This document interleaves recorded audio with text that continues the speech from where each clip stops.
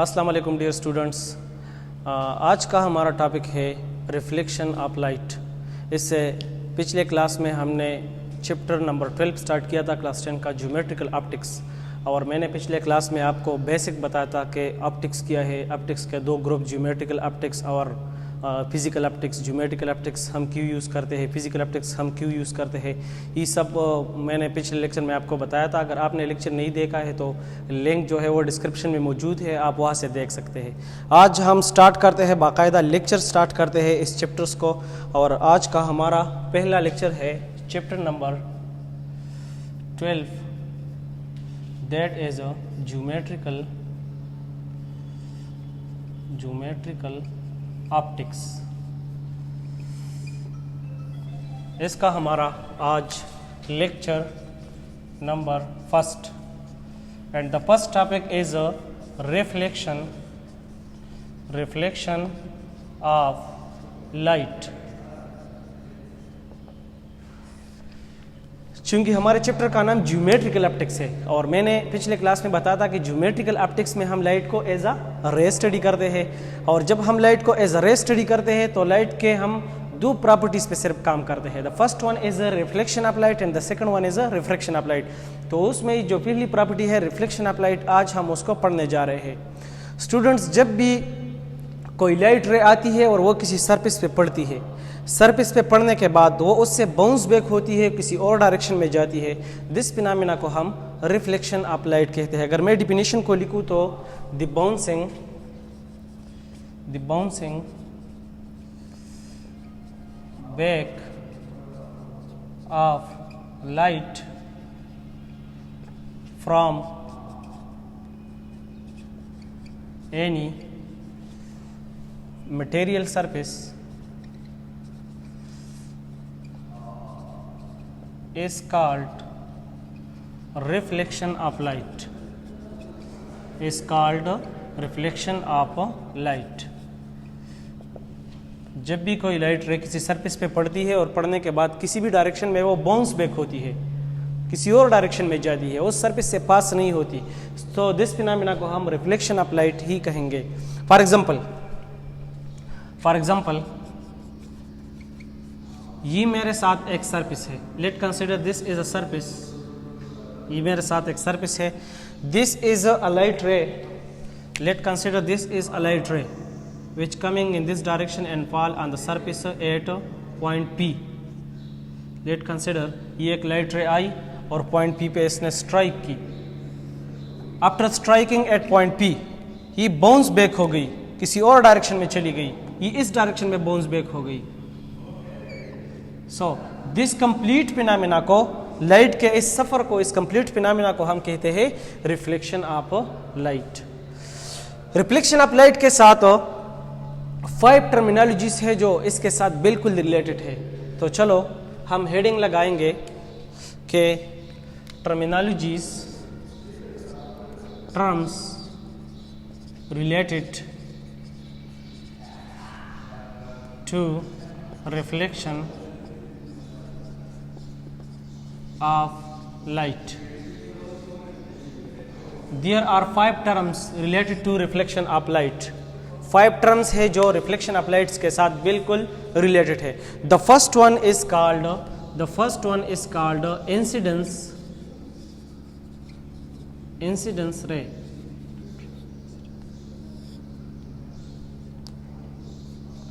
The first one is called incident ray। So what is incident ray? ये जो first में जो initial रे आई है, लाइट रे जो फर्स्ट इनिशियल में जो रे आई है और सरफेस पे ये जो पड़ी है, the first one, this ray is known as a incident ray।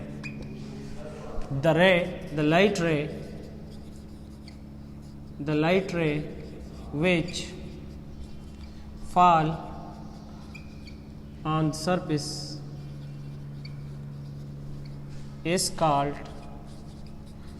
incident ray। For example, this is point A, this is point P, and this is point B. So in the above figure, the ray AP ray show us a incident ray, Number second one is the second term related to reflection of light. The second one is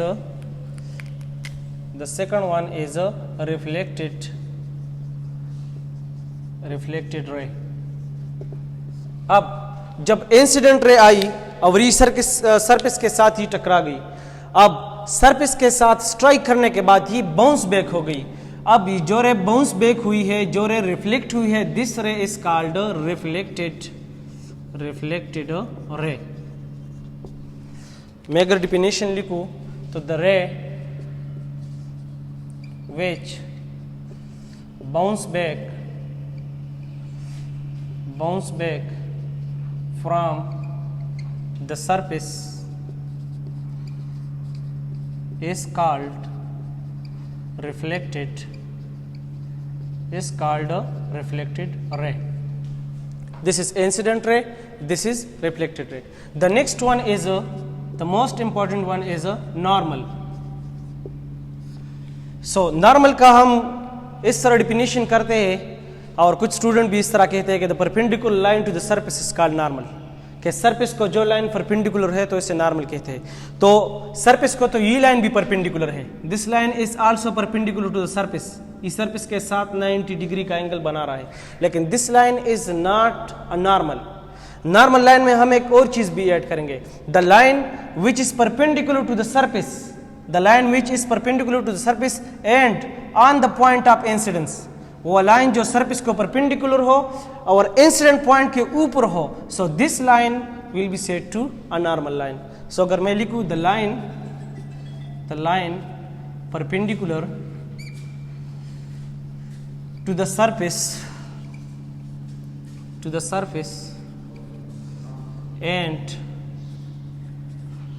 on the point of incidence is called normal. वो line जो surface को perpendicular हो और point of incidence जहां पे incident ray strike हुई है उस पॉइंट के ऊपर हो, उस लाइन को हम नॉर्मल कहेंगे. This line is not a normal, इस लाइन को हम नॉर्मल नहीं कहते. ये तो आम एक लाइन है, परपेंडिकुलर है सरफेस को, लेकिन ये पॉइंट ऑफ इंसिडेंस के ऊपर नहीं गिरा है. So this line is not a normal. Normal the line perpendicular to the surface and on the point of incidence. ये बात जो है this is more important. So that line will said to be a normal. The next one is angle of incidence. Angle of incidence. अब इसमें बहुत ज्यादा student वो confuse होते हैं कि एंगल ऑफ इंसिडेंस हम कहाँ लें. बाद स्टूडेंट जो है वो इस एंगल को एंगल ऑफ इंसिडेंस कहते हैं, लेकिन this is completely wrong. Angle of incidence, the angle between the incident ray and the normal, the angle between the incident ray and the normal is called angle of incidence. The angle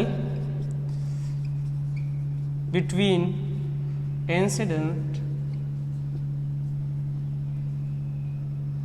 incident ray and normal is called angle of incidence. Angle of incidence. Angle of incidence is denoted by theta I. Next one is number 5 one is angle of reflection. Angle of reflection. So same answer. The angle between the reflected ray and the normal. The angle between the reflected ray and the normal is called angle of reflection. ये जो है ये, this is not angle of reflection. The angle between the reflected ray and the normal. The angle between reflected ray and normal is called angle of reflection, and angle of reflection is denoted by theta r. Angle of reflection हम theta r से denote करते हैं, theta are से हम इसकी पहचान करते हैं. So this is the 5 terms related to reflection applied. The first one is incident ray, reflected ray, normal, angle of incidence, angle of reflection. एक और भी है बुक में लिखा है, and that is a point of incident. Point of incidence. So point of incidence, a point by which the incident ray strike, वो point जहां पे इंसिडेंट रे स्ट्राइक करती है उसको हम पॉइंट ऑफ इंसिडेंट कहते हैं. पॉइंट एट विच incident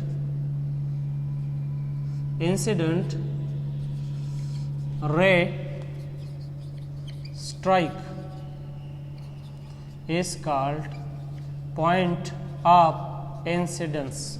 वो पॉइंट यहाँ हमारे इस डायग्राम में जो P जो पॉइंट है, this is a point of incidence. वो पॉइंट जहाँ पे इनिशियल रे जो हमारी आ रही थी, इंसिडेंट रे, वो जहाँ पे स्ट्राइक करती है उस पॉइंट को हम angle of point of incidence कहते हैं. So this is all about reflection applied. इसी के साथ the next one is laws of reflection. So there are 2 laws of reflection. और ये जो लॉज है ये हमारे एक मुस्लिम साइंटिस्ट इब्नुल हैतम ने पेश किए थे. There are 2 laws of reflection. The first law of reflection. First law of reflection. So what is first law of reflection statement? First law of reflection is state that incident ray, reflected ray and normal are all lies in a same plane. Incident ray, reflected रे और normal, ये तीनों एक ही plane में होंगे. अब इसका क्या मतलब है? चलो इससे पहले हम ये समझेंगे कि कब 3 लाइन कब एक प्लेन में होंगे. तो for example these are 3 line. मेरे जो हाथ में ये 3 मार्कर्स है, फॉर एग्जांपल ये इसको आप 3 लाइंस कंसिडर करें. अगर ये 3 लाइंस एक टाइम पे एक सरफेस को टच कर सकते हैं तो ये हम कंसिडर करेंगे कि these 3 lines are in a same plane. ये एक प्लेन में है.